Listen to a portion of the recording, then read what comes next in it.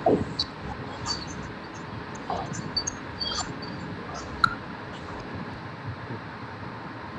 ठीक है, आज हमारा सब्जेक्ट क्या है? Machine learning. मशीन लर्निंग में मैं अब तक अपना कितना हो चुका है शुरू से, मशीन लर्निंग होती क्या है, किस तरीके से वर्क करती है। तो जैसे मशीन लर्निंग होती क्या है कि जब मशीन्स को ह्यूमंस की तरह वर्क करना सिखाया जाता है, ठीक है, मशीन्स को ह्यूमंस की तरह वर्क करना सिखाया जाता है कि वो खुद स्टेप ले सके।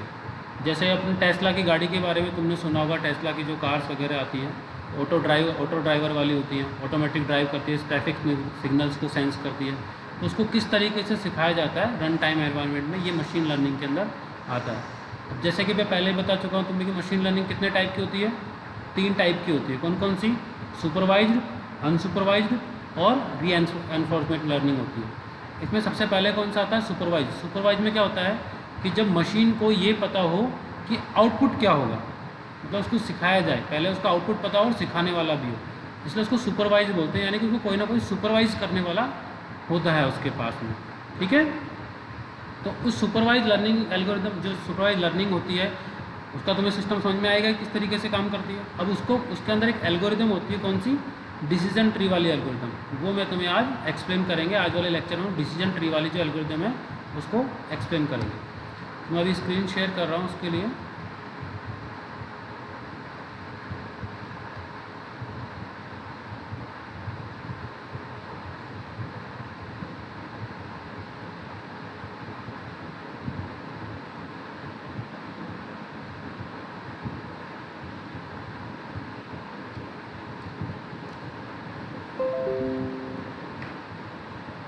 आई थिंक सबको प्रॉपर नज़र आ रहा होगा, अगर नहीं आ रहा है तो आप मुझे बोल सकते हैं। तो डिसीजन ट्री होता क्या है? What is decision tree? A decision tree is a graphical representation of possible selections to a decision based on a certain condition. क्या होता है डिसीजन ट्री? ग्राफिकल रिप्रेजेंटेशन होता है। किसका रिप्रेजेंटेशन होता है ग्राफिकल? किसी भी डिसीजन का, कुछ कंडीशंस के ऊपर, कि उस कंडीशन के ऊपर हमको लेफ्ट में जाना है, राइट में जाना है, कौन से डिसीजन के ऊपर हमको जाता है, उसको हम ग्राफिकल रिप्रेजेंटेशन में दिखाते हैं। ट्री वाइज जो ग्राफिक होता है उसके रूप में दिखाते हैं। इसको 2 जगह पे हम काम में ले सकते हैं। कैसे? एक तो एज ए क्लासीफायर जिसमें हम ट्री स्ट्रक्चर दिखाते हैं, और एक रिग्रेशन। रिग्रेशन जो कि तुम पहले देख चुके हो। अब ये देखो किस तरीके से वर्क करता है हमारा जो डिसीजन ट्री वाला होता है। हमारे पास एक एग्जांपल है कि कोई आदमी आता है जो लोन के लिए अप्लाई करता है बैंक में।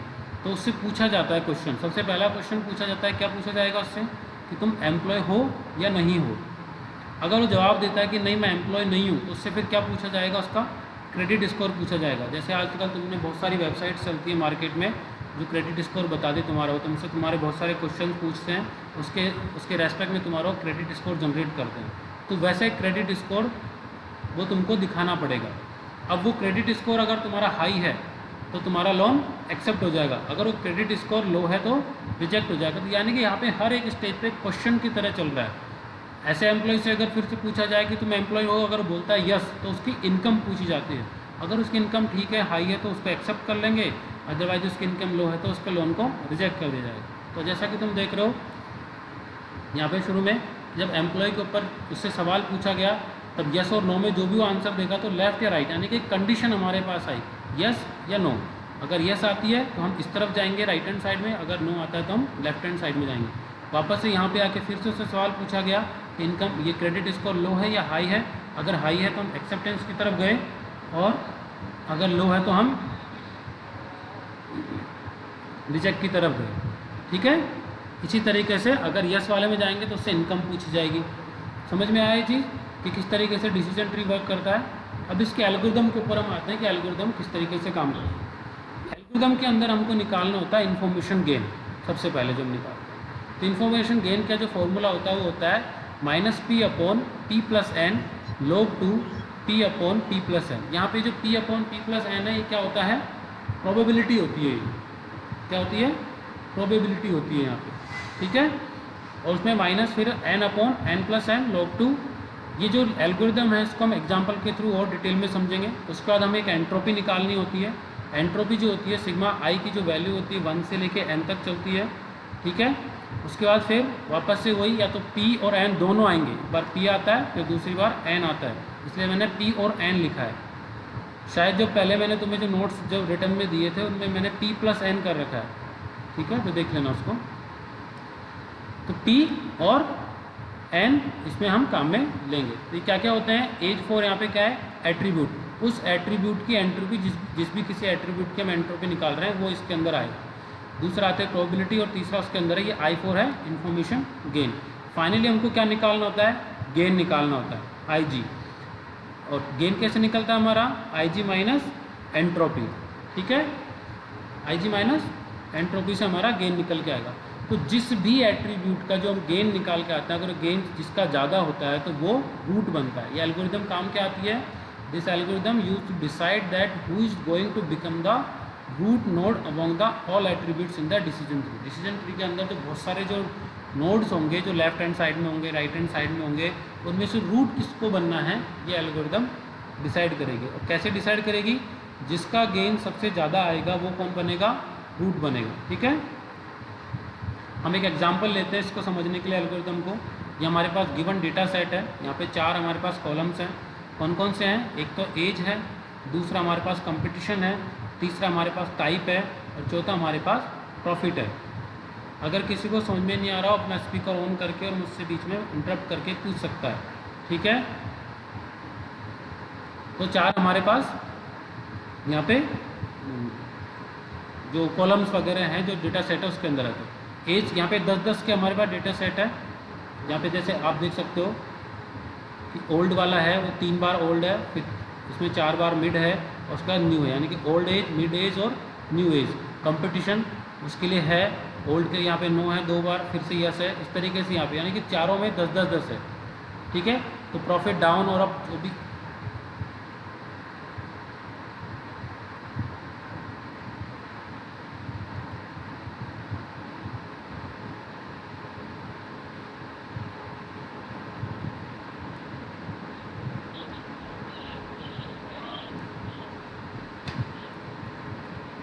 यहाँ पे तो ये सारा डेटा सेट हमारा फिल किया हुआ है कि किस तरीके से हार्डवेयर टाइप का कोर्स कर रहा है, तो उसका प्रॉफिट किस तरीके का है। तो हमारे पास जो टारगेट एट्रीब्यूट क्या है, यहाँ पे टारगेट एट्रीब्यूट क्या है, प्रॉफिट है। कौन है, ये वाला चौथा जो प्रॉफिट। अब इसको हम देखते हैं कि किस तरीके से सॉल्व करेंगे। नाउ हम क्या निकालेंगे, सबसे पहले IG कैलकुलेट करेंगे। तो IG कैसे कैलकुलेट करेंगे, इसका इन्फॉर्मेशन गेन। हमारे पास जो फॉर्मूला है वो क्या है, P जो भी हमारे पीछे था, माइनस का P upon P plus n log 2, P upon P plus n minus n upon P plus n log 2, n upon P plus n. यहाँ पे P क्या है, how many times down in the target attribute, जो कि target attribute क्या है हमारा, profit है। तो डाउन कितनी बार है इसमें, 5 टाइम्स। ऐसे ही एन अप के लिए है, UP यानी अप के लिए, वही टारगेट एट्रीब्यूट वो भी 5 बार है। तो हम कैलकुलेट करेंगे तो किस तरीके से आएगा, यहाँ पे ये IG सबसे पहले P की वैल्यू कितनी, क्योंकि P भी 5 बार है और N भी 5 बार है, तो क्या आएगा 5 अपॉन 5 प्लस 5। दूसरी लाइन में क्या आएगा, फिर से log 2 5 अपॉन 5 प्लस 5, प्लस मैंने क्या किया है, माइनस को बाहर कॉमन ले लिया है, इसलिए ये यहाँ पे जो माइनस का साइन था ये ऊपर वाला, ये वाला, ये यहाँ पे प्लस का दिख रहा है। क्यों दिख रहा है, क्योंकि मैंने इस माइनस को बाहर कॉमन ले रखा है। तो वही फिर से वापस है 5 upon 5 plus 5 log 2 5 upon 5 plus 5, तो ये हो जाएगा 5 upon 10 log 2 5 upon 10 plus 5 upon 10 log 2 5 upon 10। क्या करेंगे इसमें हम, ये 0.5 आएगा और ये भी 0.5 आएगा। 0.5 को तुम किससे लिख सकते हो, 1 upon 2 to the power minus 1 भी लिख सकते हो। मैंने 2 टू दी पावर माइनस 1 क्यों लिखा है इसको, क्योंकि लॉग में जो पावर वाली चीज़ होती है वो आगे आ जाती है। जैसे यहाँ पे नेक्स्ट स्टेप में इसको आगे लिया हमने, और log 2 बेस पे 2 की वैल्यू कितनी होती है, 1 होती है। ये टोटल कितना हो जाएगा, 1 हो जाएगा। और जो माइनस का साइन था वो कहाँ आ गया, यहाँ पे माइनस का साइन ये यहाँ पे आ गया, और यहाँ पे इसका वाला जो प्लस का साइन था इसको इसने माइनस कर दिया। तो 1 को 0.5 से मल्टीप्लाई किया और 1 को 0.5 से किया, तो 0.5 में 0.5 को प्लस करोगे तो कितना आएगा, 1 आएगा। तो फाइनली हमारा जो इन्फॉर्मेशन गेन आया है वो कितना आया है, 1 आया है। अब हमें क्या कैलकुलेट करना है, हमें एंट्रोपी कैलकुलेट करना है। 3 चीज़ कैलकुलेट करनी थी, ध्यान है ना आपको। पहले क्या करना था, इन्फॉर्मेशन गेन, दूसरा क्या करना था, एंट्रोपी, और फिर जब दोनों कैलकुलेट हो जाते हैं उसके बाद हमें क्या कैलकुलेट करना है, गेन कैलकुलेट करना है, थर्ड चीज़।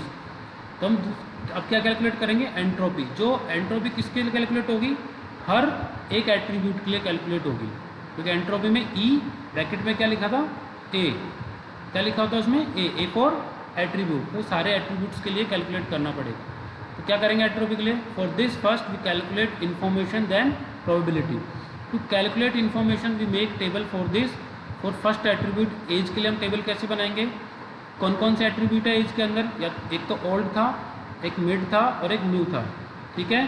तो ओल्ड के लिए डाउन कितनी बार आया है, यहाँ देखोगे पीछे ये ओल्ड है, ठीक है। ओल्ड के लिए डाउन कितनी बार है, यहाँ पे 1 2 3 बार ओल्ड था, इसके लिए 3 बार डाउन था।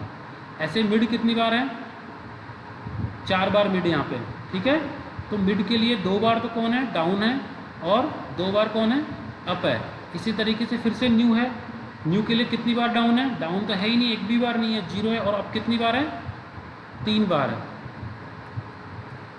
तो वही चीज़ यहाँ पे मैंने लिखा है, ओल्ड के लिए डाउन कितनी बार था, 3 बार, अब कितनी बार था, 0 टाइम्स, और मिड के लिए दोनों 2 टाइम्स है, और न्यू के लिए डाउन 0 टाइम्स था और अब 3 टाइम्स था। तो जो इन्फॉर्मेशन कैलकुलेट करने का जो फॉर्मूला था, वो पीछे जो हमने लिखा था इन्फॉर्मेशन कैलकुलेट करने का फॉर्मूला क्या था, sigma i = 1 to n p n upon p + n multiply i p n i। उसको कैलकुलेट करते हम किस तरीके से करेंगे, यहाँ पे हमने फॉर्मूले के अंदर रखा p कितना है, डाउन के लिए मैंने इसलिए एरो बना के यहाँ पे बनाया है, p किसके लिए है, डाउन के लिए। और ये तुम्हारे शायद थोड़ा सा प्रॉपर नज़र आ रहा होगा, डाउन प्लस अप, ये जो नीचे वाला है ये क्या है, डाउन प्लस अप। अब इसमें डाउन कितना था, 3 था, अब कितना है, 0 है, तो ये भी 3 ही होगा। वापस से यही चीज़ इसके अंदर आती तो 3/3 है, प्लस यहाँ पे अब कितना था, 0 था, n के लिए जो काउंट कर रहे हैं हम, और अब प्लस डाउन प्लस अब कितना है, वो 3 है, log 0/3, log यहाँ पे log 0 आएगा, log 0 की वैल्यू कितनी होती है, यहाँ पे इस तरीके से आएगा आई ओल्ड, तो log 0 की वैल्यू कितनी होती है, 0 होती है, ठीक है। और 3/3 यानी कि 1, तो log आया 1 आया, तो ये log 1 की वैल्यू कितनी होती है, वो भी 0 होती है, ठीक है। तो 0 को इस 1 से मल्टीप्लाई करोगे तो फाइनल कितना आएगा, 0, और 0 में 0 को प्लस करोगे तो फाइनली आंसर कितना आएगा, 0। तो आई ओल्ड कितना हमारा हो गया, 0। अब हम किसके लिए कैलकुलेट करेंगे, मिड के लिए, फिर से वही रखेंगे, अब कितने टाइम था, सॉरी डाउन कितने टाइम था, 2 टाइम्स, और अप प्लस डाउन कितना हो जाएगा, 4। इसी तरीके से यहाँ पे आएगा, और एन के लिए, क्योंकि ये अप के लिए, तो अप कितने टाइम है, 2 टाइम, और डाउन प्लस अप कितना है, 4, तो यहाँ पे कैलकुलेट करेंगे। फाइनली कितना आएगा, ये वही log 2 बेस पे, इसको जब कैलकुलेट करके निकालोगे तो क्या आएगा, आई मिड कितना आएगा हमारा, 1 यहाँ पे आएगा। अब तीसरा कौन सा एट्रीब्यूट है इसके अंदर, न्यू एट्रीब्यूट। न्यू के लिए हम फिर से कैलकुलेट करेंगे, न्यू में क्या था हमारा, डाउन 0 था, और एन कितना था, यानी कि अप, वो 3 टाइम्स है, तो इससे कैलकुलेट करेंगे, ये भी 0 आएगा। अब हम क्या निकालेंगे, एंट्रोपी। तो एंट्रोपी क्या होगी, ओल्ड की एंट्रोपी क्या होगी इसकी, ओल्ड की एंट्रोपी कितना आएगा, पी ओल्ड अपॉन Pn+1 और आई ओल्ड।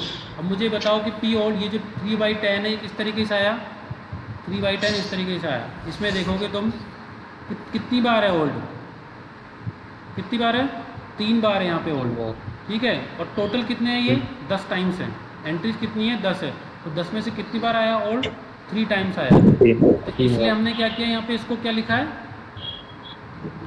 3/10 लिखा है। और आई ओल्ड जो मैंने इन्फॉर्मेशन कैलकुलेट की थी, वो कितना था आई ओल्ड का, 0 था ये वाला, 0, तो उसको मल्टीप्लाई करोगे तो final E entropy of old कितना आएगा, 0 आएगा। इसी तरह हम कैलकुलेट करेंगे एंट्रोपी ऑफ मिड, तो मिड में मिड कितनी बार था, 4 बार था, 4, तो 4/10 आ जाएगा। उसको मल्टीप्लाई किससे करेंगे, इसका कितना था, इसका इन्फॉर्मेशन कितना है, 1 है, इसको 1 से मल्टीप्लाई करेंगे तो फाइनल कितना आया, 0.4। इसी तरीके से न्यू के लिए एंट्रोपी कैलकुलेट करेंगे, ये तो ये आई नहीं आएगा, यहाँ पे ई आएगा, ठीक है, ई न्यू आएगा ये, है ना। ये कितना होगा इसका, 3/10 होगा, उसको 0 से मल्टीप्लाई करेंगे तो फाइनली कितना आएगा, 0 आएगा।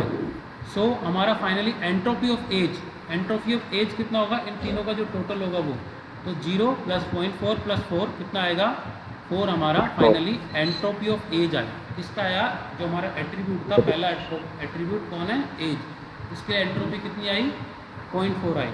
अभी तीसरी स्टेप थी, फाइनल स्टेप, उसमें हम क्या निकालते हैं, गेन निकालते हैं। और गेन निकालने का जो हमारा फॉर्मूला होता है वो क्या होता है, आई जी माइनस ई, यानी कि एंट्रोपी ऑफ जो भी एट्रीब्यूट है वो। अभी हमने कौन से एट्रीब्यूट के लिए निकाला है, एज एट्रीब्यूट के लिए निकाला है, तो हम उसको माइनस करेंगे इसमें से।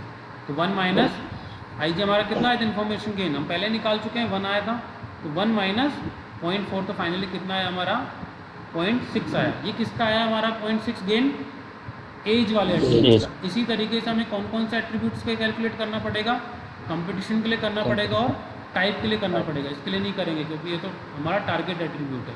इन दोनों को लिए हम कैलकुलेट करेंगे, और जब फाइनल जो भी हमारा आउटपुट आएगा, मतलब जिसका भी जो गेन ज़्यादा होगा वो कौन बनेगा, हमारा रूट नोड बनेगा। ठीक है, तो ये किस तरीके से काम करती है फाइनली, कि इस तरीके से हम क्या कैलकुलेट करेंगे, और जो भी हमारा फाइनल आउटपुट आएगा वो जो भी हमारा गेन सबसे ज़्यादा रिटर्न करके देगा उसको हम रूट बना देंगे। तो इस तरीके से डिसीजन ट्री वाली एल्गोरिदम जो है ये काम करती है। ठीक है सर। एक, हाँ जी बोलिए। सर इसमें ये कैसे पता चला ये टारगेट एट्रीब्यूट कौन सा है? वहाँ पे दिया गया होगा तुमको क्वेश्चन के अंदर, अगर नहीं दिया गया तो तुम जो लास्ट वाला है उसको मान सकते हो। ठीक। ठीक है, और किसी को कुछ पूछना है? ठीक। नहीं सर।